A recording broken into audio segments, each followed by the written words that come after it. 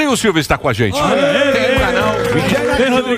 Tem um canal de 1,5 milhão de inscritos. Possui um curso online sobre a Bíblia, realizado toda quarta-feira. Também é professor da UNASP, curador do MAB e apresenta o programa. Eu não sei o que é isso. Eles pegam a biografia bíblica. Wikipédia. Eles pegam o que está lá no Google e dão Ctrl+C e Ctrl+V. Desse tamanho. Wikipédia. Lei do mínimo esforço. A lei do mínimo esforço, aí eles põem lá, às vezes vem uns imenso. E então é o seguinte, é o nosso convidado de hoje. Vamos ele conta pra gente. Conta lá o que é o que eu falei aqui. O MAB, que eu acho mais chique, viu? Na verdade é MAB, é Museu de Arqueologia Bíblica do UNASP. É um museu que tem mais de 2.800 peças. E o meu sonho era ter um lugar para colocar essas peças. São peças registradas, a maior parte de Israel. Eu sempre trago arqueólogos israelenses, quando a gente teve um congresso lá junto com a Moriá de Israel. E não tinha um prédio. Bom, agora nós vamos construir um prédio. Inclusive, esse curso que você falou aí foi uma ideia que alguém me deu. Falou assim, Rodrigo, tem muita gente ganhando dinheiro na internet com várias coisas. Pega na pandemia, lança um curso e cobra. E nós já estamos com mais de 12 mil alunos. Caraca. E esse curso, junto com algumas doações, está ajudando a construir o prédio. Onde vai ser esse prédio? Em Engenheiro Coelho, perto de Paulínia, Você é de Americana. Onde? Eu sou de Belo Horizonte. Você é BH, mineiro. BH, Uai, comedor de pão de Agora, falando em arqueologia, outro dia estava lendo, não sei onde estava vendo, muita história bíblica é provado pela arqueologia. Não é? Tem muita história. Sagrado. Não, manto sagrado é. Isso é medieval. É a camisa do Corinthians. Foi meio. Já foi meio. É do Pelé. Não, manto sagrado. Não, é porque tem uma velha história de manto sagrado, do Verônica, Santa Verônica, que na verdade nem era uma mulher. Isso é uma corruptela do latim.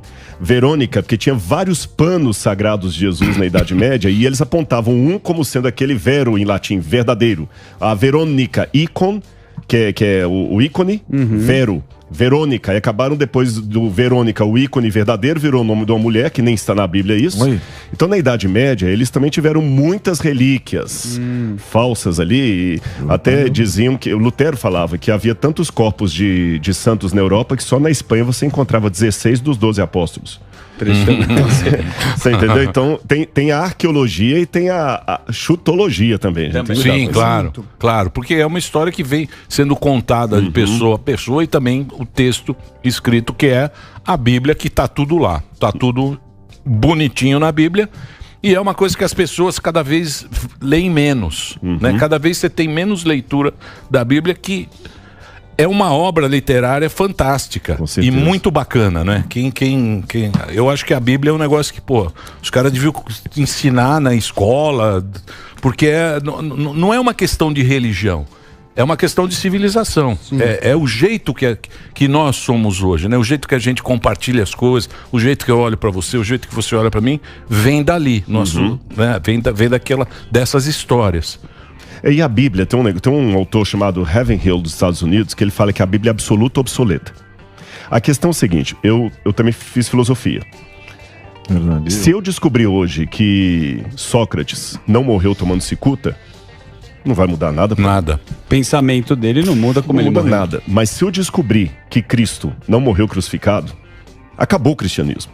Então a Bíblia, de todos os livros religiosos que existe, é o único que arvora a veracidade histórica para aquilo que ela diz. Se eu fosse um hindu, você não estaria convidando aqui um cara que fala de arqueologia hinduísta. Não existe arqueologia do Bhagavad Gita, nem do Mahabharata. Porque o hindu não está nem aí se a Arjuna e Krishna existiram, se não existiram, não faz diferença. A mesma coisa pode falar do Tao Te Ching, do taoísmo. Nem o Alcorão dos muçulmanos tem arqueologia do Alcorão. O único livro que apela para a história, para a fundamentação do que ele diz, é a Bíblia. Então a arqueologia não prova a Bíblia, mas ela consegue verificar a procedência histórica daquilo que a Bíblia diz. E se a história que a Bíblia falou é verdadeira, aí a teologia que se assenta nessa história também o será. Agora, se a história da Bíblia for mitológica, aí realmente não tem vai enfiar a viola no saco. É interessante o que você está falando. Não é que é interessante. Não, isso é da gente próprio, que tem samidana na nossa vida, porque não tem fé. Não tem Deus no coração. Aí o cara não tem, ele fala, me dá os dados, porque se não tiver os dados, isso tudo é mentira. Mas só para complementar, nos Hebreus, na Torá, os caras falam sobre Arona Kodesh, que a tradução é o armário sagrado, onde Moisés foi... Exatamente, colocou a Arca da Aliança. Exato. Ninguém sabe onde Moisés foi enterrado. Exatamente. Existe alguma comprovação científica ou da arqueologia de algum fato da Bíblia que você estudou e você falou, não, ó, tá escrito na Bíblia. Vários. Por exemplo. Vários. Vou dar vários. Só antes de dar esses vários, deixa eu dar só um preâmbulo aqui, que o pessoal às vezes tem uma ideia de arqueologia, a lá Indiana Jones. Sim, mas é legal. O cara entra lá... De chapéu. Dá uma raspadinha. Dá uma raspadinha e já tá o trono lá com e come um cérebro de macaco. Aí ele pega um cálice cheio de coisa e começa a cair tudo e tudo. Não é assim. A gente trabalha com fragmentos de história. Isso não vale só para arqueologia bíblica. Vale para arqueologia egípcia, romana, grega, todas elas. Nós hoje localizamos a paleontologia também, exatamente, o fóssil. Eu não posso dizer quantos milhões de dinossauros havia antes da queda lá do astroblema que destruiu, mas eles não encontram milhões de fósseis de dinossauros. Não, raros. Não é? Raros. Então, a arqueologia trabalha com fragmentos de história. Então, a pergunta não é se eu tenho uma comprovação arqueológica para cada história da Bíblia. A pergunta é, o pouco que eu encontrei confirma as histórias que a Bíblia falou ou as desmente? Esse que é o ponto. Tá bom. E aí, nesse pouco, tem várias coisas. Vou dar vários exemplos para vocês. Por exemplo, até o século XIX, por volta de 1860, diziam que Babilônia era um mito. Falar que se acreditava na existência da Babilônia é a mesma coisa de terraplanismo. O pessoal ia rir da sua cara, né? Até que o pessoal começou a encontrar os tabletes cuneiformes da Mesopotâmia e descobriram o nome de Nabucodonosor, que a Bíblia menciona. Depois, em 1899, descobriram a existência da Babilônia. Depois aí negaram que os judeus foram para a Babilônia, que isso era mito da Bíblia. Não é esse negócio que judeu foi... Não tem. Aí descobriram os tabletes cuneiformes que mostram o cerco de Jerusalém até a data, um mês, conformando tudo que a Bíblia fala. Encontraram também comprovação arqueológica dos 3 companheiros do profeta Daniel na Babilônia. Ardi-Nabu, vocês sacam de hebraico, Eved-Nego, que fala na Bíblia lá, na verdade, Eved em hebraico é servo. Em acadiano é Ardi. A Nabu, Babilônia... tá tudo ali. Hoje, isso é só um exemplo. Hoje é Iraque, né? É aquela região ali do Iraque. 6 quilômetros ali de Bagdá. E o Saddam Hussein queria reconstruir a Babilônia, né? Sim. E tem muitas outras coisas. Encontraram comprovação histórica, como eu falei disso aí. Nós temos comprovações indiretas, por exemplo, sobre o Êxodo. Muita gente pensa que o faraó do Êxodo foi Ramsés. Aí você não encontra nada que comprova. Mas quando eu pego a Bíblia mostra que o Êxodo não foi na época de Ramsés. Foi na época da 18ª dinastia. E quando você estuda a vida da 18ª dinastia, o faraó Tutmosis III, você vê que na parede do túmulo dele tem uma inscrição chamada Amduat, que é uma inscrição de oração que os egípcios faziam. E na Amduat tem lá a oração que Tutmosis III faz por todos que, por acompanharem a sua alma, a sua carne, morreram na grande inundação. Que era uma das pragas. O Mar Vermelho. Sim. Ele fala que o exército... Quando abriu o Mar Vermelho. Exatamente. Então, e curioso essa oração, porque o Egito, que inundação tem no Egito? E o curioso, que a múmia do Tutmosis III não é dele, que ele morreu com 60 e poucos anos, e a múmia que está lá tem 20 e poucos anos. Então, os está lá no museu. Na verdade, está no Vale dos Reis. Não, a múmia dele está no Museu do Cairo. No museu, tem razão. O túmulo dele está no Museu do Cairo. Que agora mudou, né? Agora tem um museu novo. E a múmia e o sarcófago dele, está no Vale dos Reis. Tem muita coisa no Museu Britânico também, né? No Louvre também, no Museu do Vaticano. Rodrigo, E tinha um no Brasil que queimou, né? Eu me coloco como um agnóstico. Não vem com agnóstico que não tem. Começou sem ou você é Lula ou você é Bolsonaro. Exatamente. Não tem essa conversa. Eu sou agnóstico. Essa não. Aí eu quero te perguntar o seguinte. Eu conheço pouco disso, não sou um estudioso disso. Vi alguns vídeos seus, você é um cara muito simpático. Valeu. E tem um carisma muito grande, não é à toa que você faz sucesso.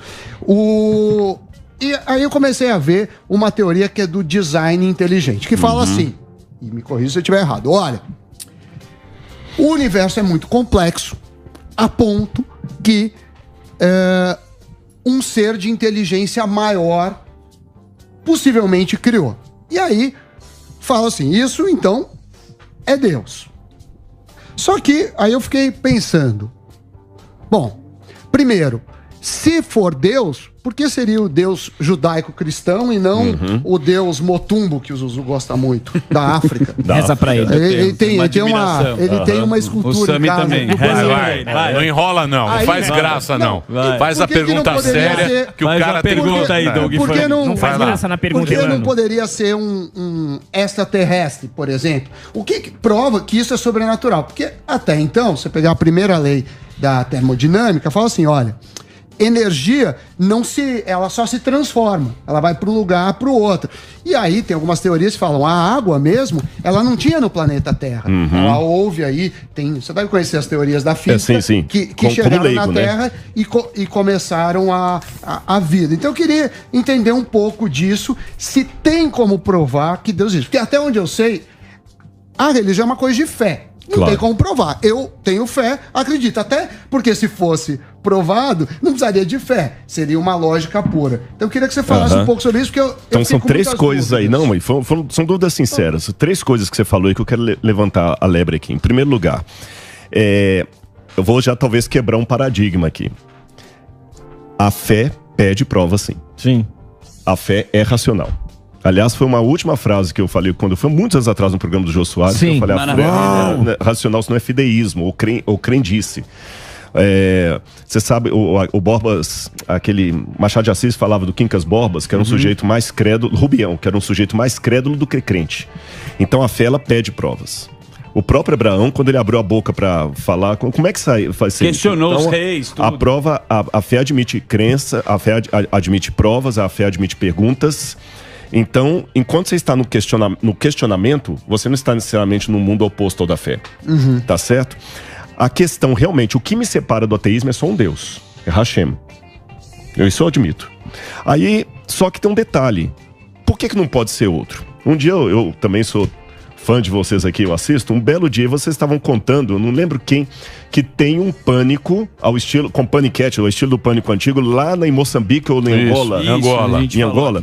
Vamos supor agora que os países de fala portuguesa imitem Angola agora e comece a ter um monte de programa pânico lá. Desgraça. Você tá entendendo? Isso é uma desgraça. Exatamente. Mas aí alguém pergunta o seguinte, por que o pânico é esse aqui e não os outros? Você tem que ter meios para saber qual que é o verdadeiro, qual é o falso. Não é porque tem vários outros programas pânico made em África que eles são alguém. Então o questionamento de um agnóstico é o seguinte, tá, por que tem que ser o Deus da Bíblia e não qualquer um? É o mesmo pergunta que eu faço. Por que o pânico original é esse e não o outro? Por que eu sei que eu tô no pânico verdadeiro? Não, mas você tem ele é o primeiro. Mas você tem o primeiro, você tem a marcação do primeiro. Exatamente. Aí você tem que fazer também perguntas filosóficas para partir do seguinte aspecto. De longa data, e isso aqui eu mostro até com teóricos ateus e agnósticos, vou citar Nietzsche, o Freud, existe um vazio com forma de Deus no coração da humanidade. Isso é peremptório. E tem muitas propostas de Deus. Aquele que preenche esse vazio é Ele. Quem não preenche não é. Aí você faz um estudo de todas as propostas de divindade que nós temos e a primeira coisa que eu já esbarro é o seguinte. Todas as formas de religião que tem, politeístas, animistas, elas apresentam sempre os deuses como filhos do universo, frutos do universo. Fenômenos da natureza. Sim, fenômenos da natureza. A única proposta que apresenta um Deus antes da natureza é a Bíblia. Ele que criou a natureza. Sobrenatural. Sim, sobrenatural. É o único. Mas por que não poderia ser extraterrestre, uma civilização com uma inteligência maior que a nossa, que criou as coisas? Poderia ser, desde que essa civilização consiga cumprir todos os critérios para ser Deus, porque senão ela também vai ter que ser criada por alguém. Mas ela poderia cumprir, a gente não conhece. Teoricamente, porque mesmo que existisse, tudo bem. O universo é infinito, o universo não é infinito. Não, mas ele tem bordas. Tudo bem. Ele tem bordas, mas né? Assim, tem bordas. A prova que o universo não é infinito é que ele está propagando. Não. Isso. E ele vai dar uma porrada no outro aí logo. Vocês acham que não? Vocês acham que uma pedra. Ele está expandindo. A gente tem um número a hora que der a porrada gigantesco de planetas e é probabilisticamente possível que tenha vida em algum outro planeta, assim como tem na Terra. Então, a minha questão é assim, como a gente garante que é Deus e não um extraterrestre com uma inteligência superior? Entendi, aí eu vou colocar algumas coisas assim. quando você trabalha com método científico, você tem que ter uma diferença entre uma hipótese e uma especulação.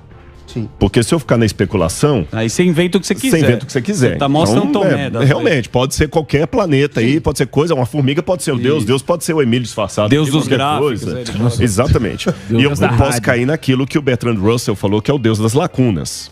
Então vamos partir de um princípio básico. O universo teve um começo. Ponto.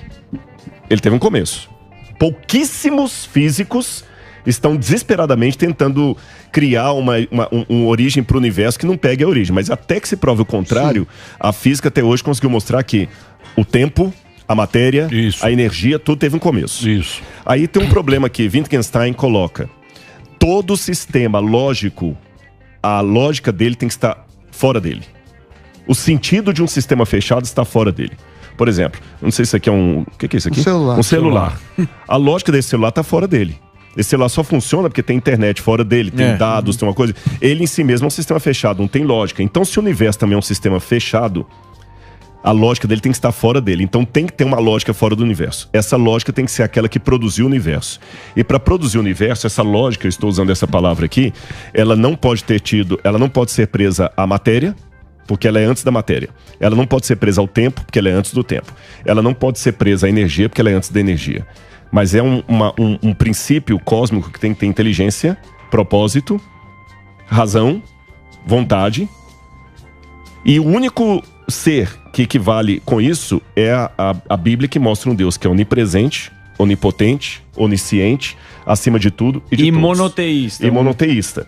E a última coisa, que já estão chamando o break ali, que eu já vi. O Dedezinho tá, ele já pensa nisso. Não reclama não, porque é o break que paga o salário de vocês aqui, né? O jabá aí. Então, o que acontece?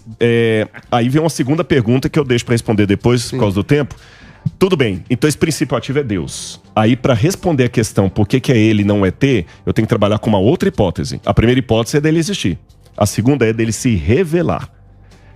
Ele existiu uma coisa. Será que ele se revela? Aí eu deixo. Só Abraão. Próximo bloco. Abraão pro Moisés. A pergunta e para Cristo. E para nós também, meu Para amigo. nós sim, mas aquilo que você falou. Aquilo que você falou. A lei que governa tudo é um ato de fé. Sim. É um ato de fé. Não adianta você querer buscar a lógica natural para sobrenatural. Não, a lógica nossa é um ato de fé. E é aquilo que ele falou. Qual é o seu Deus? É o buraco que você achar. Quando você achar, é ele. Bonito, me arrepiou, professor. Foi bom. Você me arrepiou. Você entrou aqui, eu não dei nada pra você, mas vou até fazer um break. Não, falando sério. Mas é verdade. Fez igual o Caio Fábio. Se você deu nada pro cara. Se você vai buscar na filosofia, aquilo lá, você tá falando do Nietzsche e tal, que são os caras mais... Não é aquilo lá, é o buraco, e todo mundo sabe que tem isso. Tem. A gente sabe. A gente sabe. Era alguma. Professor, tudo bem? Pode Rodrigo mesmo. Rodrigo. Ninguém fala doutor Einstein, você notou? Não precisa. Quando o cara pede muitos títulos... Fala Albertão. Rodrigo, eu vejo que você é uma pessoa muito eloquente, como disse o Sam, então você tem uma popularidade e eu admiro isso, tá? Eu gosto de começar falando que eu admiro muito quem consegue se expressar de maneira eloquente e, enfim, tem um curso aí que eu acho interessante, até espero poder fazer uma parte dele um dia, mas como agnóstico eu sou muito cético. E o ceticismo, para mim, ele traz a impressão de que existe aqui uma tentativa de usar a racionalidade em favor dessa afirmação de que existe um Deus. É mais racional acreditar que existe um Deus do que simplesmente não acreditar em nada, ou acreditar que tudo é possível ou que nada é possível, como eu e o Sam, e que na verdade não é uma crença isso, né? Quando você fala, eu não consigo explicar o universo, estou sujeito às descobertas científicas, eu tô apostando no acelerador de partícula, eu tô apostando nas novas descobertas, nas quebras de paradigmas que virão de novos cientistas, de novos Einsteins e de novos grandes aí estudiosos. A gente tem 200 anos só de ciência moderna. Porque a premissa que eu tenho é a seguinte, nós começamos a evoluir muito no ambiente científico há pouco tempo, né? A curva ela é até exponencial. Você não enxerga que essa visão mais dogmática que você expõe de uma arqueologia que traz aí algum elemento científico, ela pode ser facilmente quebrada se eventualmente a gente descobrir vida em outro planeta, por exemplo? Bom, vamos por etapas. Em primeiro lugar, eu quero te dizer que essa separação, vou falar bonito aqui, essa dicotomia entre o crente e o cético, ela não é tão, assim, precisa. Eu tenho um livro escrito que é porque a gente acabou marcando rápido, senão eu ia trazer um para cada um de vocês aqui, o Ceticismo da Fé. Não, mas você vai voltar aqui pra gente falar sobre isso. Eu vou dar meu livro para você, chama-se O Ceticismo da Fé. Olha o título, O Ceticismo da Fé, porque às vezes é preciso duvidar para crer. E esse livro é quase um depoimento meu. O que me levou à fé foi a mesma coisa que levou você a fazer esse argumento. É o ceticismo. Vamos falar de ciência. É baseado na ciência que eu acredito que vida só provém de vida. Porque até hoje a biogênese provou que é uma besteira. Acreditar na biogênese, pelos dados que nós temos até hoje, que você sabe que a ciência trabalha com verdades provisórias. Mas enquanto eu só tenho essa verdade provisória, eu vou ficar com ela, senão vira especularismo. A panspermia cósmica, a teoria. Sim, da sopa mundial. Que pode ter caído.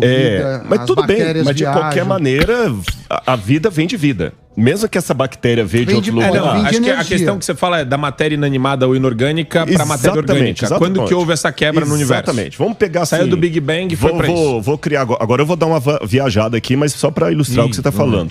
A primeira vida no universo. Sim. Tá bom? Vida só vem de vida. E se a vida que nós conhecemos, ela está num estado de energia, matéria e tempo, ela tem que ter vindo de outra vida. Isso aqui não é uma questão de achismo. É a ciência que me dá esse dado. Por que ninguém aqui tem medo de surgir um tigre do nada e nos devorar? Porque... não se materializa um tigre. Exatamente. Do nada, tem uma frase em latim que diz assim, ex nihilo nihil fit. Do nada, nada se faz. Isso. Aí eu faço a pergunta de Parmênides. Se do nada, nada se faz, por que existe algo ao invés de nada? Isso não o pessoal brinca, mas não é verdade. Sim. E quando eu chego a essa conclusão, não é pela Bíblia. Não é pela missa, não é pelo culto da igreja evangélica, nem pelo culto na sinagoga. Nem pela filosofia. Filosofia também, mas pela ciência. Exato.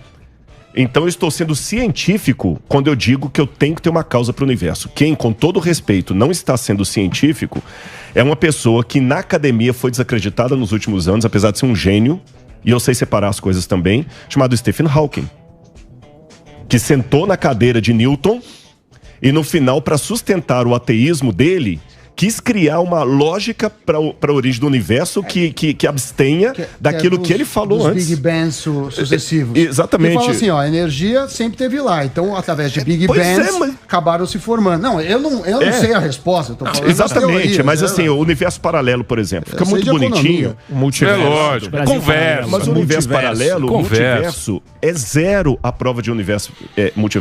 Multiverso, com toda sinceridade, mesmo que tenha alguns teóricos falando disso aí, eu vou falar uma coisa que vocês vão agora, alguns vão até me apedrejar. É igual falar de terraplanismo.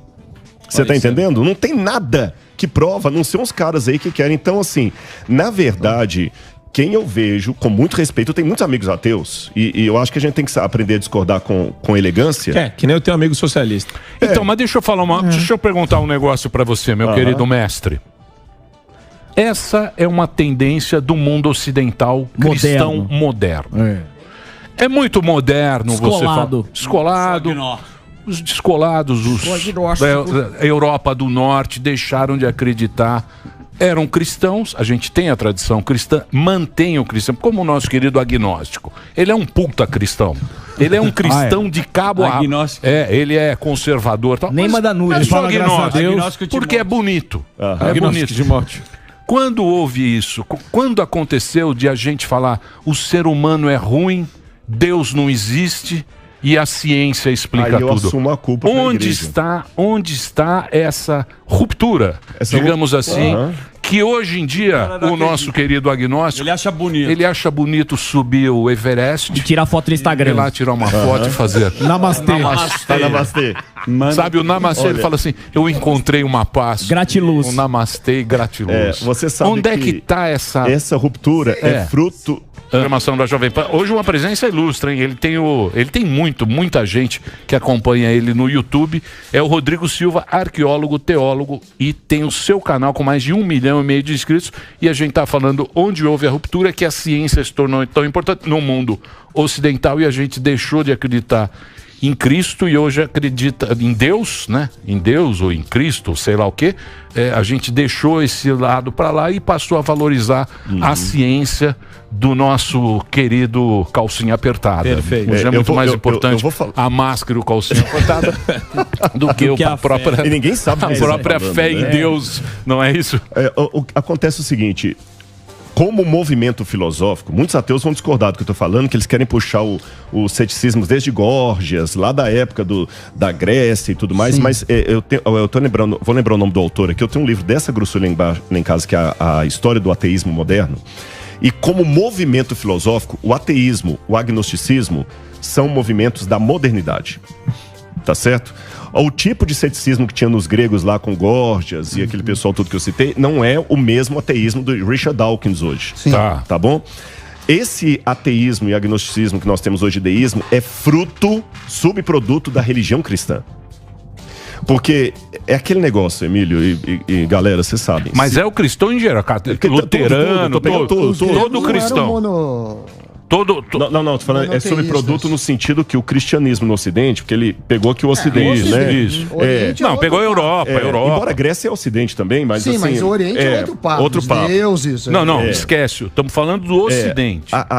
Vamos começar da Europa pra cá. O cristianismo, de modo geral, foi desconstruindo de tal maneira a imagem de Deus nas pessoas, que assim, abrindo o jogo aqui, sem querer passar por politicamente correto, é melhor ser ateu. Porque até hoje é uma coisa assim, você falou assim, pô, cara, eu não esperava muito de você e tudo, mas só pra saber que eu sou crente, se amanhã um político, qualquer pessoa da mídia, o cara for apanhado aí, sei lá, pegando uma menor de idade num motel, vai virar um bafafá, mas é mais um escândalo. Agora, se eu amanhã aparecer com um negócio desse, aí me fala, pô, cara, que cara veio aqui falando de Deus, que decepção. Porque você espera de uma pessoa que fala que tem fé, tem um peso, você espera um comportamento melhor dele. Mas o agnóstico tem um peso também. O peso da solidão e da ausência. Não existe aquele consolo da vida eterna. Eu e o Sammy, a gente não acredita que a gente vai reencarnar ou surgir em algum lugar. E aí pode pegar as menininhas e ficar aí na... É o contrário. Eu sou um homem decente não porque eu temo a Deus, e sim porque eu tenho princípios e valores. Mais ou menos. Mais ou menos. O cara que segue porque teme... Esse valor veio de onde? Mas o cara que só segue e é decente porque teme, na verdade, ele tá fazendo um investimento. Eu não. Eu vou lá e faço. É o certo isso. E eu acredito nisso. Não é porque eu acho que Deus vai me... Você também não faz muito certo. A gente sabe. Eu faço a minha verdade. Até quando eu falei essa questão aqui, não foi nesse sentido, não. Sim, claro. Falando porque a igreja, de modo geral, cristã, seja na Idade Média, perseguindo em nome de Deus, Inquisição. Vamos falar o seguinte, moralista. Foi moralista. Que hoje em dia... eu sou santo, na rua sou profano. E hoje em dia, o progressista, ele virou o moralista que era... Exatamente. Que tem esses valores. Tem esses valores. E hoje também tem. Vamos abrir o jogo. Tem muito picareta também ganhando dinheiro. Lógico. Isso sempre teve. Eu tô fazendo esse curso aqui, não tô querendo ser certinho, melhor que ninguém, não, mas é pra construir um museu. Mas tem um cara que tá pegando aí pra poder encher o bolso dele. Mas você é pastor também, não, mas não à custa do dinheiro dos irmãos. Porque aí pra mim é pecado isso. Ah, sim. Você tá entendendo? Agora, esse outro ponto que eles levantaram também é relevante. E eu acho que a igreja também demonizou o ateu, o agnóstico, o descrente. E não é por aí. O que eu faço com o Betinho? Pô, eu posso ter minha discordância do Betinho filosoficamente, mas o cara foi ajudou com a fome. Ajudou com a fome um monte de coisa. Agora só tem um problema que aí vem o meu ceticismo. Que eu falei que eu também sou cético. Quando você fala o seguinte, eu sigo princípios. Sim. Aí eu pergunto, com base em quê? Da onde veio? Tradição. Da onde veio? Uma tradição que pode ser questionada. Judaico-cristão. Então, no fundo, você quando deixa Deus como argumentação, você está num terreno, filosoficamente falando, delicado, porque se eu agora deixar as minhas crenças e bancar o descrente, eu vou começar a perguntar assim, por que é errado você levar uma menor pro motel? Você é um niilista. Mas é um niilismo. Nesse ponto eu sou bem nietzscheano. Você tá entendendo? É porque, assim, na verdade, qualquer argumentação que você me der para os princípios políticos, filosóficos, morais, éticos que você tem, são princípios puramente circunstanciais. No final você tá seguindo. Foram jantar. Eu sigo, mas eu não sigo porque eu acho que a ordem, a diferença... Então não significa que você é imoral. Foram jantar. Agora eu vou dizer um negócio pra você. Isso eu acho a coisa mais bonita nossa, é justamente isso. o que nos uniu é esse Mas Deus. é o que fez a sociedade. Você vai pra Europa. Então, porra, bicho, isso é lindo. Você pega a Europa. O Conrado quer participar? Puta, o Conrado também fica falando igual o homem da cobra. Amigo. Senão ele vai ficar. Fala. Senhores, o que, por exemplo, pega a Europa. Porra, a Europa fala tudo que é língua diferente, ó, gente diferente. É o mesmo Deus, cara. É o mesmo Deus. É pra essa turma. E sabe o que me deixa mais feliz? Porque se esse Deus que eu acredito existir, ele não precisa de advogado. Ele precisa de testemunha. Então, ele sabe o que está no coração de vocês. E aí eu falei uma vez uma coisa num outro podcast que deu um bafafá com muito religioso. E eu vou arriscar falar aqui de novo. Cuidado. Se eu chegar ao céu e encontrar um ateu, um agnóstico ali, eu não vou me surpreender. Não, mas ele tem que aceitar Jesus como salvador pessoal, meu amigo. Eu sei disso, está no evangelho. Mas só que é o seguinte... Quem sou eu para julgar? Quem sou eu? Às vezes, vocês, que são agnósticos ou ateus, estão sendo mais sinceros no questionamento de vocês do que um crente numa igreja. E a religião começou com esses caras também. Eu não posso julgar. Pra mim, o meu papel é testemunhar de Deus, não defender. Mas não é você que julga também. E não sou eu que julgo. Ninguém não prova nem que existe, nem que não existe. É uma questão de fé. Fala. Eu tenho uma pergunta importante. Peraí. Pergunta! Deixa eu botar o Conrado aqui na roda. Eu não pergunto nunca mais. Então faz a pergunta. Gilberto Barros. Uma pergunta. São Baleia. No dia 1º de julho de 2021. Não, sem essa. Deixa eu fazer a pergunta. Não, mas sem essa voz. Faz normal. Henrique Cristo. Então tá bom. Normal, faz a voz normal. Não, é que você falou. Não, eu sei. É que você falou no É que tá alto aqui. É que você falou no Flow. Não, agora não quero mais também. É que você falou no Flow Podcast. Que você tava falando, né, de coisas polêmicas que você falou no podcast. Você disse que o pastor Caio Fábio é perigoso o que ele fala, né? E eu queria saber o que tem de perigoso que ele fala, porque ele é um cara que uma galera segue, claro, né? Você também, a galera te segue. Quem, Morgado? O pastor Caio Fábio. Caio Fábio. Porque chegaram pra ele e falaram assim, ô pastor, que alegria, chama o Rodrigo pra conversar. E ele falou assim, não, o Rodrigo é um cara que é meio deslumbrado. Vocês chegaram a conversar depois disso? Não, nunca. Eu já ouvi uma vez em Israel.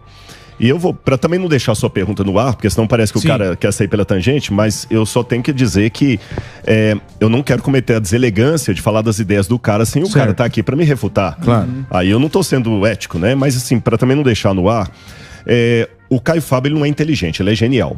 Sim. Ponto. Eu sei separar os talentos da minha... Agora, só que ele fala coisas que, teologicamente falando, são insustentáveis. Ele disse uma vez, recentemente, que a Bíblia... foi uma estupidez que alguém fez de juntar, estou parafraseando, Antigo e Novo Testamento. Tem que ficar só com Jesus, né? O Antigo Testamento passou. E vocês, alguns de vocês aqui são descendentes de judeu, é impossível entender o Novo Testamento sem dar valor ao Antigo. Você tá entendendo? Então, quando o cara fala assim, quer desmembrar a Bíblia, e ele condena todas as religiões, porque é o sistema, estão vendidos ao sistema. Esse pessoal do sistema, porque ele tomou um pé no traseiro da igreja presbiteriana, ele tem recalque em relação a isso, e ele agora pega todas as igrejas e detona, mas com toda sinceridade, ele é a religião dele mesmo. Sim. Porque ele detona todas as religiões, mas ele tem um séquito ali que ele é o guru. Então, assim, é muito fácil pro Rodrigo agora detonar com a igreja batista, presbiteriana, adventista, católica, todo mundo, quando eu mesmo tenho lá o meu YouTube monetizado, com padrão, e os meus seguidores lá todo dia bebendo o que eu falo. Porque se você não acredita em sistema nenhum, então você não pode acreditar nem no sistema que você está criando. Sim. Porque senão, aí agora, tá vendo que eu sou cético? Agora eu vou pedir licença para fazer sua pergunta num outro contexto. Se nenhum sistema presta, por que o seu? Por que o meu vale? Exatamente. Você tá entendendo? Aí o camarada, até Paulo, ele questionou o seguinte, que Paulo não entendeu tudo, que fulano não entendeu a graça. Então, quer dizer, o único tá tretando com a Bíblia. Com Paulo. O único que entendeu foi Caio Fábio. Só que curioso que eu não vejo gênio, mas é um gênio, uma um pouco diferente. Não, mas é que a genialidade, pra mim, e sabedoria não são sinônimos perfeitos. Boa frase, hein? Repita. Você entendeu? Eu não sei, porque eu falei de cor. Deixa eu colocar o Conrado. Isso, meu querido professor Rodrigo Silva. Eu acho que também há muita vaidade. Por isso que essas tretas acabam acontecendo. Vaidades. E muito telefone sem fio. Né? É muito telefone sem fio.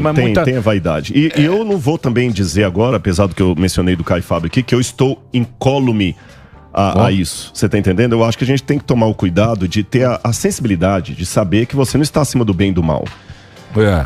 Eu abro o coração para vocês. Tem muito gente me chamando em lugares que eu nunca imaginei ir, que eu já assisti a vocês desde a TV e agora aqui. Eu sempre peço a Deus assim: Senhor, que eu não desonre o teu nome e nem fique envaidecido com isso. E aqui é um pedido sincero, não é demagógico não. Você tá entendendo? Porque eu sei que talvez a minha vida vai ser a única Bíblia que muita gente está conhecendo. Então, assim, eu me preocupo muito com isso. Não sou perfeito, tenho meus defeitos, mas eu procuro, como falei, testemunhar. E é lógico, qualquer coisa que você fala hoje, principalmente nesse universo polarizado, gera treta. E a vaidade tá aí. A vaidade tá desde o início do mundo, aquela coisa toda. E aí os camaradas começam a se achar acima do bem e do mal. Eu tenho as minhas convicções, mas graças a Deus, nesse meio tempo, assim, eu consigo conviver com o diferente. Mas você queria trocar ideia com ele depois disso aí? Porque ficou esse lance que nem o Emílio falou. Na verdade, ele que não quer trocar ideia comigo. Quem falou que eu era imaturo e que não tem interesse em conversar comigo, quem falou foi ele. Sim. Eu nunca falei isso. Ele que falou: Rodrigo é um imaturo, um deslumbrado pelo Edir Macedo. Eu já passei dessa fase. Um dia ele vai amadurecer. E aí ele fala daquele jeito todo. E aí, sinceramente... Então, se eu não tenho nada pra oferecer pra ele, você tá entendendo? Rodrigo, deixa eu fazer uma pergunta. Peraí, deixa eu só chamar o Conrado agora. Peraí. Que eu consigo. Vai lá, Conradinho. Vai lá. Senhoras? Como é que vocês estão, meus amigos, senhores? Como vão? Estou de volta a Porto Alegre aqui.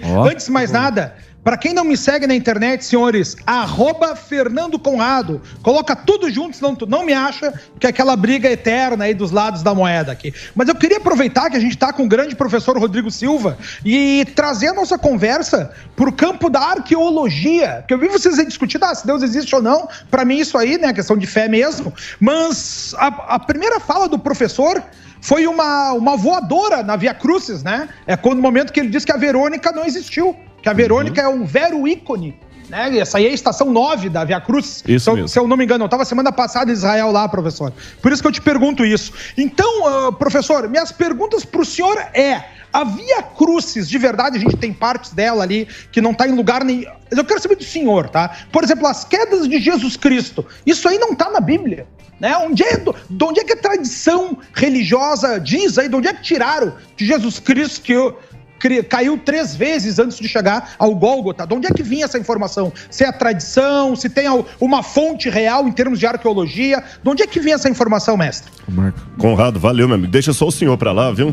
Senhor também tá demais. Minha mãe me ensinou a ser cortês. Minha mãe e meu pai me ensinaram a ser mas tu não é boca aberta, né? Mas, Conrado, foi muito pertinente a sua pergunta, porque quando eu vou com grupos a Israel, eu tô indo pra lá domingo, inclusive. E se o Conrado veio de lá agora, o bicho tá pegando lá, né? Ontem jogaram Jogaram. Hamas lá. Mas eu tô indo pra lá domingo, Conrado. E eu, quando vou guiando o grupo, eu sempre faço uma brincadeira com o pessoal. Eu falo com eles assim: olha, quando que eu mostro coisas arqueológicas, quando eu falar que uma coisa é tradição, é apenas uma forma educada que eu tenho de falar que é mentira. Quando eu falar que é possibilidade, é como se eu falasse assim: olha, Jesus esteve nesse prédio aqui da Jovem Pan, mas eu não sei se foi no 20º andar, se foi no 10º. Possibilidade, é por aqui. E quando eu falar X, é que a chance arqueológica é acima de 90% daquilo acontecer, tá certo? Assim que eu trabalho. E a Via Dolorosa, ela é tradição. Ela é tradição. E lembra o que eu quis dizer com a palavra tradição? É apenas um eufemismo para dizer que não tem nada a ver. Quem já foi para Israel, e o Conrado talvez vai lembrar, tem ali na entrada da Porta dos Leões, você tem o tanque de Betesda. O tanque de Betesda da época de Jesus, ele está a uma fundura de mais ou menos uns 15 metros. Então o tanque está aqui embaixo, você sobe 15 metros de entulho, aqui em cima está passando a Via Dolorosa. Então é impossível, não é uma ideia, uma possibilidade, é impossível que a Via Dolorosa seja a rua de Jerusalém da época de Jesus. Outro problema, essa Via Dolorosa, ao longo da Idade Média e Idade Moderna, ela já mudou de roteiro umas 15 vezes. Terceiro, Jesus, como ele falou, e ele está correto, a Bíblia não fala em momento nenhum que Jesus caiu. A única coisa que a Bíblia fala é que tem um momento que Jesus não aguentou carregar a cruz e chamaram Simão o Cirineu para ajudar. Mas lá tem, inclusive, o Conrado foi bondoso. Você falou, achou que ele ia carcar, mas ele lacrar, mas ele foi bondoso. Tem, acho que é na estação da Verônica lá que ele falou, tem uma mão lá, uma mão não, um afundado na pedra, que muitos guias falam, olha, é aqui que Jesus, quando ele cansou, ele botou a mão e a pedra afundou. Assim, por mais que eu respeite a crença, quando passo, que eu vejo os grupos ali, o guia falando, foi aqui e tal, sabe, dá um dó, porque eu sei que não é verdade aquilo. Então, existe uma linha tênue entre respeitar a crença do outro e também ser sincero e falar o seguinte, olha... É turismo, né? É turismo, né, aí, professor? Tu sabes... aí com a Bíblia eu entro em choque com isso, porque Jesus um dia bateu no pessoal lá porque estava fazendo turismo no templo, né? Sim. Eu não sei se eu respondi, Conrado, mas é fake, tá? Não, tu respondeste bem. Não, porque a pergunta é exatamente o que eu queria te fazer, professor, essa aí, da parte da tradição católica. A gente sabe que no início, né, quem escolheu os locais ali para dizer onde é que eram as bases do cristianismo foi a mãe do Constantino, a Santa Helena. Né, a rainha Helena, em 324, quando ela chega em Jerusalém, ela começa a dizer, foi aqui que Jesus caiu, aqui que Jesus foi o Gólgota, foi dentro da cidade, é fora da cidade, mudaram as muralhas. Tem grandes discussões, né, do que a gente encontra por ali. E assim, professor, ainda lhe perguntando dessa parte da arqueologia, porque eu quero aprender, tá? Eu tô aqui para esclarecer essas coisas. Tem uma parte fundamental do judaísmo também, que é quando Abraão vai fazer o sacrifício do Isaac, Deus diz, não precisa, né? Tá tudo certo, você acredita em mim. Pegadinha. Mas eu não queria falar isso para não desrespeitar aqui a tradição. Mas quem escolheu o nome dizer que aquilo ali aconteceu, aquilo ali está escrito na Bíblia, que é no Monte Moriá. Mas quem fala que o Monte Moriá é aquele onde está o templo, né, desse próprio templo que Jesus Cristo vai lá expulsar os vendilhões do templo, né, dá um pau em todo mundo, que nem apareceu no vídeo aquele que vocês colocaram antes ali, isso aí quem faz é o rei Davi, né? Então aquele Moriá, simbolicamente ele é o lugar onde ele no local onde o Abraão foi sacrificar o Isaac. Não é mesmo ali essas coisas. Mas eu queria que o senhor trouxesse mais elementos ou historinhas interessantes que mostrassem essas variações do mundo real para o mundo da tradição. Por exemplo, a estação 4 da Via Crucis, aquela onde Jesus teria encontrado Maria, que fala na própria Bíblia, eles, só para dizer para o pessoal que está nos ouvindo aqui, ficava numa rua meio tumultuada de Jerusalém, e eles mudaram de lugar nos anos 2000. Faz 20 anos que mudaram de lugar a estação 4, agora foi lá para dentro de uma igrejinha. Então eu queria que o senhor pudesse esclarecer mais isso aí para as pessoas. Bom, como eu falei da Via Dolorosa aqui, é tudo mito do início ao fim. E eu gostei que você começou com essa pergunta da Via Dolorosa, pra gente separar aqui o joio do trigo, tá bom? O que é arqueologia bíblica feita com seriedade e o que é tradição, que eu já dei um eufemismo com essa palavra aqui, que eu respeito. Muita gente, às vezes que eu dou toda essa aula sobre a Via Dolorosa, com esses detalhes aí, e mesmo a gente quer ver assim mesmo. Então tá bom, eu mostro, é aqui, como turismo. Agora, com relação a como saber que ali era o Moriá, por exemplo, como é que a gente sabe que ali perto da Igreja da Sé, que o Colégio São Paulo é ali mesmo que o Manuel da Nóbrega. Exatamente, né? E o Anchieta. Isso. Como é que a gente sabe? Bom, não é uma chutologia, tem uma questão que eles veem as cartas, o que foi deixado, o testemunho histórico, tradicional. Então a arqueologia, ela trabalha com uma série de elementos que me ajudam a ver ali. E foi encontrado, inclusive, quem escavou ali são amigos meus, Eli Shukron e Roni Reich, que judeus, e todos assim, professores da universidade, o Eli Shukron não é professor, mas o Reich era professor da Universidade Hebraica de Montes Copos. Eles escavaram ali em Jerusalém e encontraram na base ali um altar com uma pedra em cima. Isso chama-se Mastaba. Não, Matseba. Mastaba é egípcio.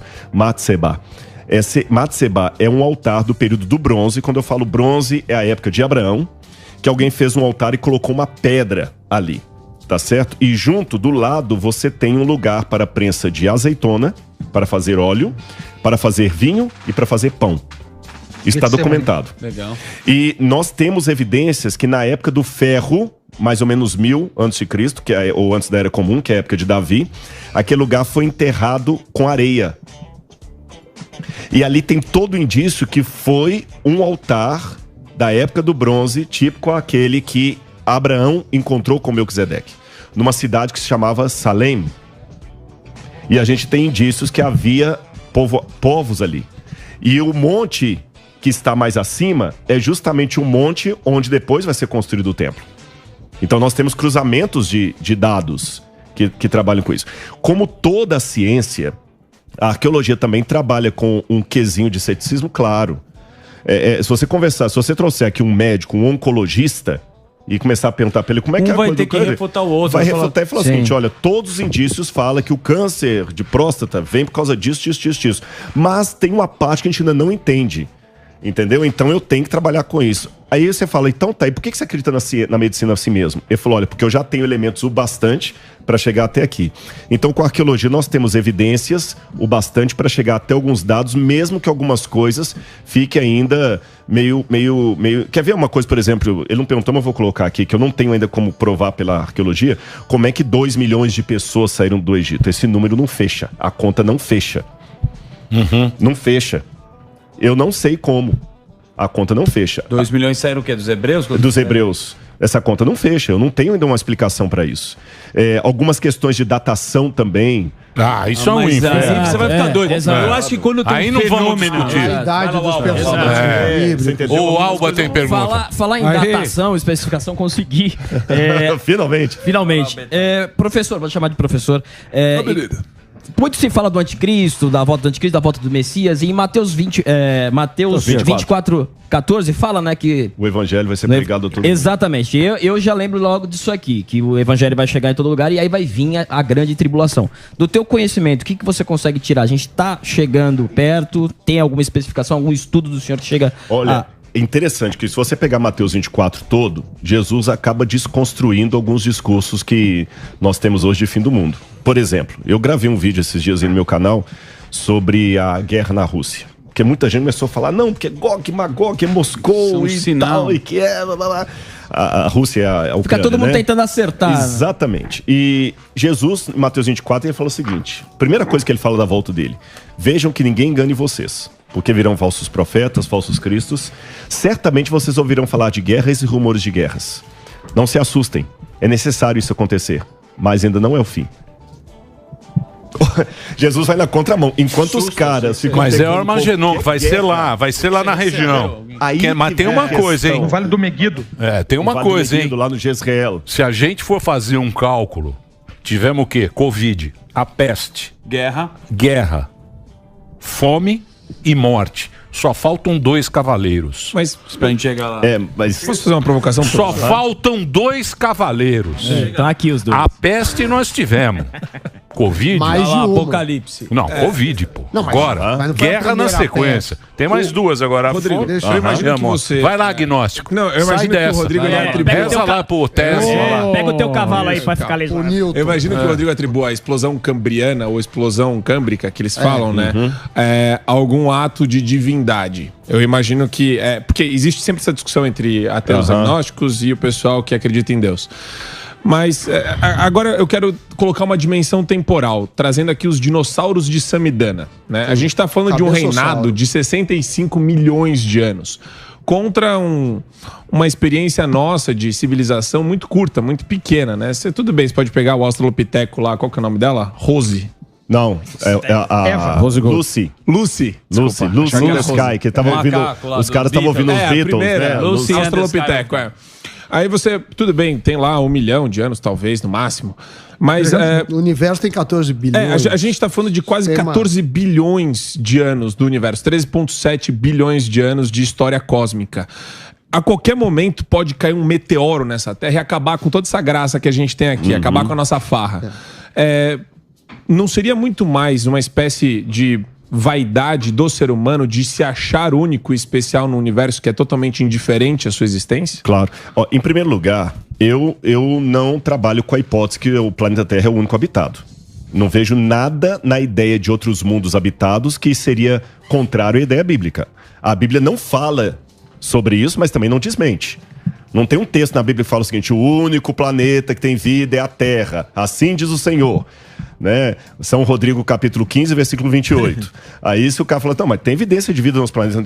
Não existe na Bíblia nada. A Bíblia fala que Deus é criador. E se ele quis criar bilhões de outros mundos com vida, não tem problema isso, tá certo? A questão do meteoro cair na Terra, eu não me preocupo muito com isso pelo seguinte... existe o risco de eu sair agora na rua e ser atropelado. E nem por isso eu vou deixar de andar. Sim. Se eu ficar preocupado com isso, eu não vou sair de casa, né? Agora, com relação a uma parte eu concordo com você, outra eu discordo. Onde é que eu concordo com você? Existe uma tendência humana, não só na religião, mas também nas filosofias não religiosas, de achar que o ser humano é o umbigo do universo. Ou que o universo gravita em torno do umbigo humano. Todo o sistema, a história do sistema então, solar. Toda aquela ideia medieval do ser humano como centro da criação, do universo. E se você pular fora da Mas muita gente acha isso, viu, professor? Até hoje. Você tem o humanismo. Opa, sim. O humanismo é a versão antropocêntrica não religiosa. É o humanismo, que eu até falo, o pessoal confunde humanismo com humanitarianismo. Eu não sou humanista, eu sou humanitário. Sou humanista. Sabe qual a diferença, né? O humanista é o que coloca o ser humano como centro da história, centro do universo, o ápice de tudo mais. Tem agora, muitos aqui. Ao mesmo tempo, diploma de Harvard. Quando você olha para o universo... advogado. Joga diploma de Harvard na mesa. Fala, que não é. Deus não existe. Sabe o que eu tava pensando? Você ajuda no seu trabalho? Vamos encerrar? Do quê? Não, eu preciso. Conrado, pô. Conrado tá eu ia fazer a pergunta que ele ia fazer. Só fechar esse raciocínio, coisa rápida. Pois não, desculpa. É que ele perguntou a questão de nós não sermos nada no universo. Se você olhar pela ótica do Carl Sagan, que ele falou pontinho no universo, o cosmos, que ele falou, o que nós somos? Um pontinho, menos que uma bactéria. A foto da Voyager, quando ela tá saindo da nossa sistema solar. Ele falou que aí ele faz aquela narrativa bonita, né? Que nós somos nada, um pozinho. Se eu olhar por esse ângulo, realmente eu não sou nada. Agora, se eu olhar por outro ângulo, que eu estou vivo, com uma máquina superior a qualquer computador que mantém meu corpo vivo, que só para eu responder essa pergunta para você, milhões de cálculos neurônicos foram feitos aqui que nenhum computador consegue processar. Que eu tenho um olho que estou te vendo aqui, mesmo usando lente, que nenhuma fotografia, uma máquina da mais perfeita consegue a íris que o olho tem. Aí, ao mesmo tempo que, olhando pela ótica de Carl Sagan, eu não me sinto nada, quando eu me sinto tão amado por estar aqui falando com você, pô, eu sou o cara. É a perspectiva, né? Não porque eu estou sentado no topo do mundo, mas é porque mesmo não valendo nada, o Criador me amou. E eu falei isso para uma pessoa hoje. O Criador amou você. É isso aí. Professor, falou bonito, professor. Jantou o Superman. Nossa, alegria. Foi jantado, Jantou você. Vai voar agora. Põe a cueca em cima da calça e voa. Perspectiva que você vê. É isso que eu falo. Não tem jeito de você não achar. Quando você observa, não vai ficar olhando, porque tudo que a gente olha, tudo que você vê é da escrita. A escrita tem o quê? Escrita lógica é o quê? É Mesopotâmia. 3.000 anos. Antes de... 3.000 anos. Que o cara escreveu lá nas cavernas é 40 mil anos. Sim. 40 mil anos. Não é nada. Da história do... Mas quando você olha essa perspectiva, você fala, porra. Como foi? Você vê as coisas, você fala, bicho. É foda, é bonito. É bonito e é bonito então. e é bonito. Já disse Gonzaguinha. Sim. É bonito e é bonito. Eu fico com a beleza das crianças. Não é isso? Posso perguntar é isso, Conrado? Deixa o Conrado. Evangelho. Vou só fazer mais 3 comentários aqui. O primeiro, para os agnósticos aí, né? Para você ter ideia, a igreja só vai aceitar o heliocentrismo, né, o Sol como centro do universo, nos anos 80, quando o Papa João Paulo II, né, disse, vamos revisar o processo do Galileu, e só dá final disso em 1992. Antes disso, 99, meu amigo. 2 coisas importantes também da gente ver nessa fala do professor, ele me lembrou muito a oração de São Tomás Aquino antes dos estudos, né? Ó Deus, que criaste todos os planetas, criaste as 3 hierarquias de anjos, tu colocaste no meu cérebro essa fagulha do pensamento. Então aqui, professor, eu quero parabenizar o senhor e nosso assunto aqui girou sobre a existência, ao nome de Deus, uma discussão que para mim a cosmologia toda da parte religiosa é mais a tradição que a gente tinha que achar um início para isso tudo do que a verdadeira verdade, se existiu dinossauros ou não, mas o mais importante é a gente ter um nome de altíssima qualidade, igual o professor Rodrigo aí, que está lá realizando suas escavações, suas pesquisas, né, em alto nível, procurando exatamente trazer cada vez mais comprovações dos fatos que estão na Bíblia com os fatos que não pertencem ao mundo da realidade, como ele chama da tradição católica, né? Ou da tradição cristã. E aí, professor, eu finalizo aqui a minha fala dizendo que eu me senti muito sensibilizado em Cafarnaum, na Galileia, que lá sim a gente tem um sítio arqueológico, onde a gente tem lá resquícios da sinagoga, onde o Nicodemos pregava nas suas férias, nós temos a sinagoga onde Jesus Cristo pregava também, foi ali que Pedro pescou, foi ali que Jesus fez seus primeiros milagres. Então, professor, mais do que uma pergunta, eu quero parabenizar o senhor e dizer quais são os outros pontos que o senhor, pela sua prática, enxerga lá em Israel como sendo verdadeiros, né? Com aquele X do 90% de verdade e fora da tradição, assim, que é aquela parte que não seria tão verídico, como o senhor bem disse. Lá em Israel, você tem o Museu de Israel. E quando eu vou com o pessoal ali, não tô querendo fazer propaganda, porque até uma coisa, quando eu vou lá, os manuscritos do Mar Morto, eu não ganho pra ir lá. É uma coisa interessante isso. Eu só ganho minha passagem e tudo e vou, então não é nada que... Você não paga, vai pelo rolê. Mas você tem o curso Carapá? O curso é o seguinte, esse curso que eu tô fazendo, da Bíblia Comentada, foi a ideia que o pessoal me deu pra levantar o dinheiro pra construir o museu. Porque eu tentei Lei Rouanet, não deu nada. O Brasil não investe em cultura. Então eu peguei e fiz e tá dando bonitão certo. Na foto, hein? Bem bronzeado. Indiana Jones aí, sim. Indiana Jones. Tá estilo Indiana Jones. Esse curso aí, o pessoal que tá comprando, toda semana eu dou uma aula de Bíblia, onde eu pego o texto hebraico, a cultura de Gênesis ou Apocalipse. Dentro do contexto histórico e tudo mais. Você dá uma... Tudo, é a mesma coisa que eu dou na faculdade de teologia. Você entendeu? Só que numa linguagem mais jornalística, porque o cara não sabe hebraico e tudo. E todo esse pessoal aí, junto com algumas doações, a gente tá conseguindo levantar o museu, que é lindo, que eu brincava, que as peças que eu tenho são mais de 2.800. Ó. E todas documentadas, Israel sabe que essas peças estão aqui e tudo. Eu tinha uma Ferrari e não tinha garagem. Aí o pessoal começou a ver e tudo mais, então esse curso eu faço propaganda porque o meu salário não vem disso. Na igreja adventista que eu pertenço, a gente tem um critério um pouco diferente com salário. Não tô querendo dizer que a gente é o melhor ou todo, não, mas só pra vocês entenderem. Como eu sou também um pastor, e você tem pastor, um sistema do dízimo, tem um sistema do dízimo, então eu já tenho um salário do dízimo, mas esse salário que eu tenho é o mesmo de um pastor que mora lá em Cabrobró, é o mesmo do presidente da igreja. Simples. E a gente tem os auxílios. A única coisa que diferencia são duas coisas. Primeiro, a pontuação, quando você entra, você vai ganhando 70 pontos até subir, vai no máximo 110. E segundo, auxílios. Se um pastor é pastor da igreja em Brasília, no plano piloto, o aluguel que ele vai pagar lá não é o mesmo aluguel que o sujeito vai pagar no interior do Maranhão.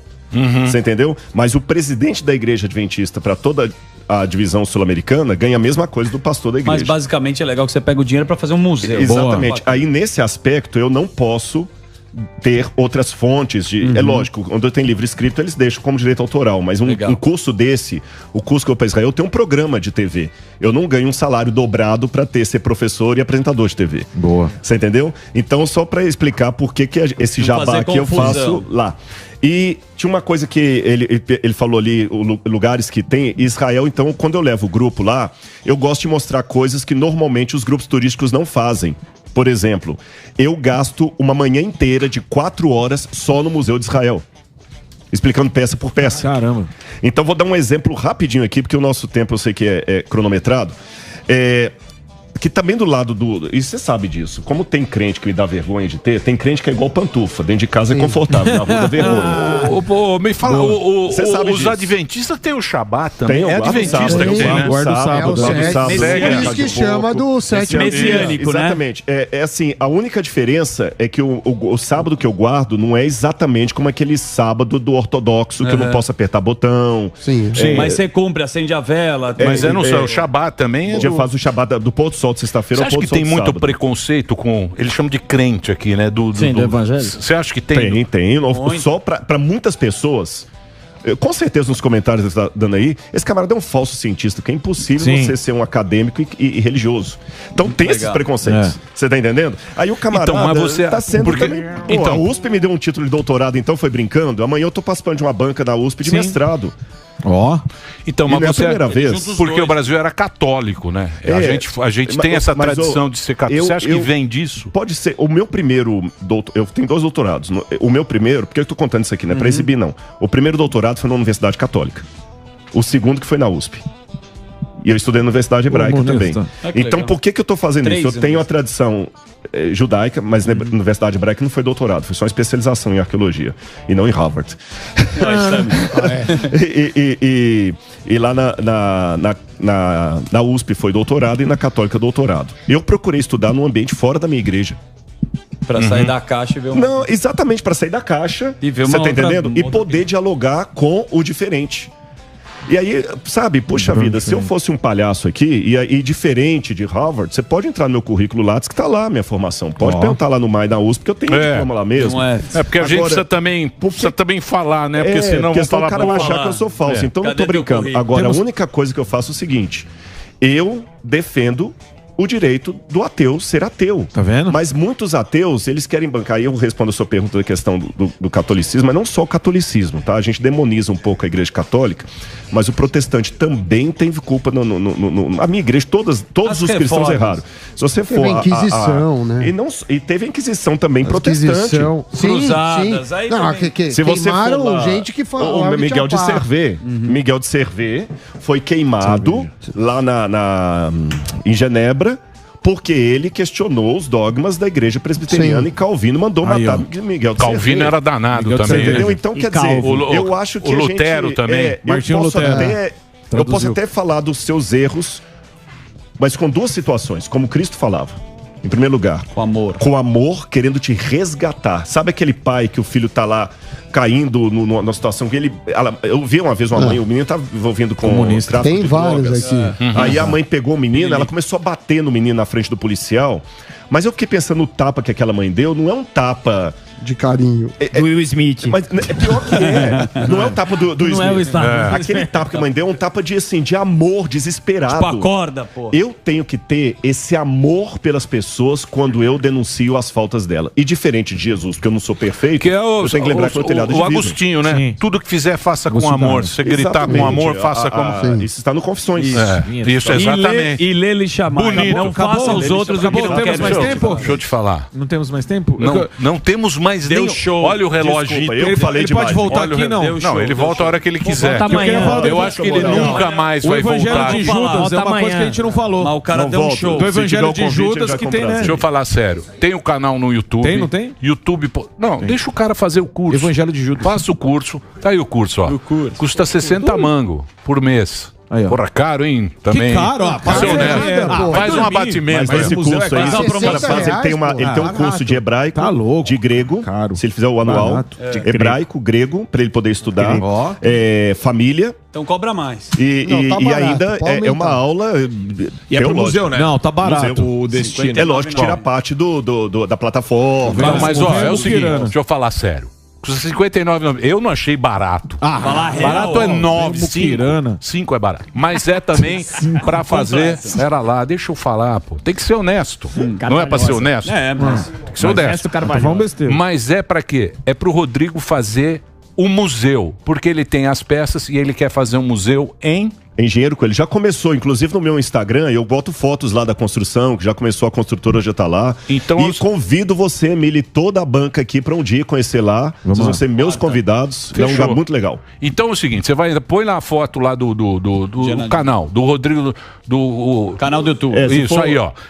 Esse R$59,90 é o curso, você tem toda semana uma aula, mas esse dinheiro aí vai para fazer um museu que ele não conseguiu grana do financiamento, Lei Rouanet, ele tá bancando do próprio bolso, porque ele é pastor e ele tem a grana que ele ganha como pastor, que ele sustenta a vida dele. Sim. Mas aí os R$59,90 é para essa causa. Muito legal. Mas não é barato. É que o museu vai ter elevador, tem um 60 mangos. Não, o museu hoje, para ter o prédio todo, vai ser uns 6 milhões pelo menos. Porque não é só o museu, você tem que ver. Podia doar. Não vou doar nada. Dá 1 milhão. Ele foi lá. Você não vem, não. O meu diesel vai ser 5%. Não vem, não. Vai dar um azar. Você vai assinar o curso. Mas pode falar uma coisa legal de um ateu? Por que eu respeito? Eu não sou Deus, sou agnóstico. Não, mas eu vou falar de um ateu. Eu passo além de você. Eu tinha um rapaz ateu que ele dá aula na Unicamp e a gente começou por uma treta. Que eu ia dar uma palestra no Unicamp e um grupo de ateus preconceituosos mandou, não pode ter palestra e tudo mais. Saiu até na revista, pode falar da revista? Claro. Até na Isto É saiu lá, a treta lá. E eu fui um dia chamar o cara pra gente almoçar junto. Ele era judeu, inclusive. Pra bater. E a gente fez uma amizade tão legal, pena que tem muito tempo que eu não vejo. E um dia que eu passei um momento muito difícil da minha vida, e ele ficou sabendo, ele mandou pra mim um e-mail, na época do e-mail ainda, nem era WhatsApp. Rodrigo, eu não creio em Deus. Mas você tem uma fé tão bonita nesse seu Deus que se ele existir, ele vai ajudar você. Meu amigo, não desista da sua fé. Então, você entendeu por que que eu não posso... Eu discordo do ateísmo, eu discordo do agnosticismo. Mas ele eu estava não sendo posso... cândido. Era uma provocação. Não. O contexto todo ali... É lógico que eu tô resumindo assim, mas o contexto foi de sinceridade. Você tá entendendo? Foi de sinceridade. Ele podia ter te ligado. Não foi, não. O cara mandou e-mail. Então, assim como tem religioso que faz passar vergonha, tem ateu e ateu. É o ser humano, bicho. É o ser humano. É aquilo que você falou, pastor. É a perspectiva como você vê a vida. Exatamente. Por exemplo, eu sei que Deus existe. Por quê? Por quê? Porque Deus me traz coisas muito... Por exemplo, o Rodrigo que esteve aqui hoje. Do nada. Foi Deus. Quem do nada. trouxe? Do nada ele apareceu. A Paulinha. A Paulinha. Obrigado, Paulinha. Mas quem colocou a Paulinha na minha vida?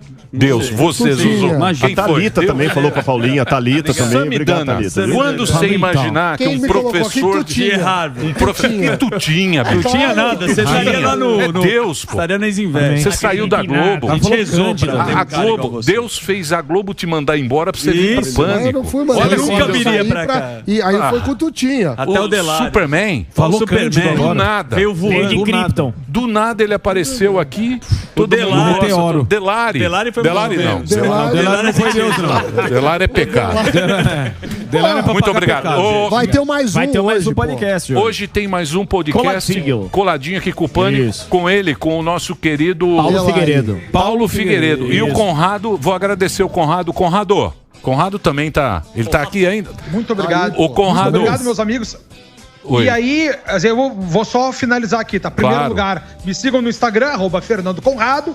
Parabenizar, né, o professor e o Emílio, como conhecem, hein? Santo Agostinho. Eu não conheço nada. Caverna Lascaux, parabéns, Emílio. E eu vou finalizar toda essa conversa aqui com uma frase do Gamaliel, né? Grande fariseu aí, professor do Paulo, que dizia, ó, o que for de Deus vai prosperar e o que não for de Deus não vai prosperar. Não é à toa que o programa Pânico aí é um sucesso, né? Em todo o Brasil. Obrigado. E essas pessoas todos caem na tua vida também aí, Emílio. E presenteia todo o Brasil aí com a nossa conversa para nossa audiência. Beijo a todos aí, fiquem com Deus. Prazer em conhecê-lo aí, professor. Valeu, o prazer foi meu amigo. E todo dia você aprende uma coisa. Hoje eu aprendi com o nosso professor o seguinte, que todo mundo que tá ouvindo a gente, porque a gente tá vivendo um momento meio conturbado. O mundo sempre...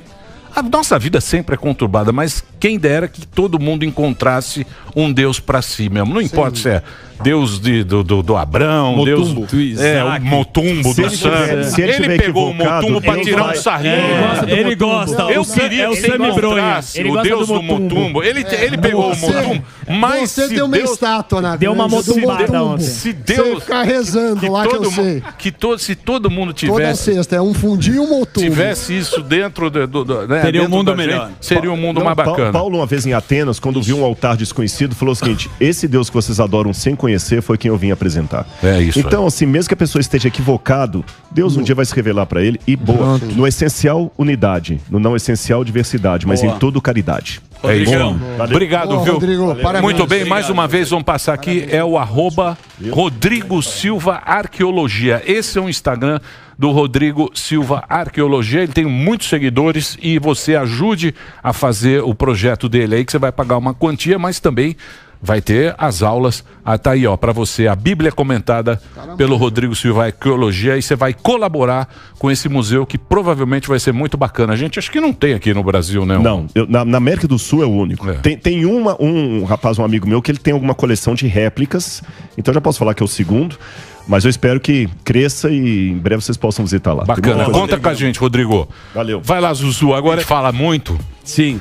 E, porra, você sabe um cara pouca moral. João Batista, né? João Batista. O John Batista era top de linha também. E o João Batista é meio esquecido, né? Sim. Bom, mas isso fica para outro dia. Obrigado. Beleza. Volte. Isso Você fica bombou pra aqui. E o Evangelho de Judas também A que eu queria turma adorou perguntar. aqui. Sério Falando mesmo? sério, audiência incrível. Não Iscariotes. O noivinho, Caça das Alianças, tá bravo ou não? Quer falar? Não, esse aqui fica gritando comigo Quem? ali fora o Delari. Quem tá bravo? É lógico que é tua. Posso falar onde você vai falar Ei, muito? ei, Senão mais um podcast. Mais um podcast Paulinho Figueiredo. Você tem um programa agora, mais um podcast, pra falar o que você quiser. Na hora que você quiser. Vai começar. Eu vou. Vamos pro break, mais um podcast na sequência. Show. Direto com o Pânico com Paulo Figueiredo. Fala da Bíblia lá com ele também. Quero ver. É. Leva o agnóstico. Levar a aqui também. Bíblia pra Já Disney. tomou uma Foi jantada jantado os aqui no dois. pastor. Tomou um Vamos pro break. pau. Pastor almoçou cedo.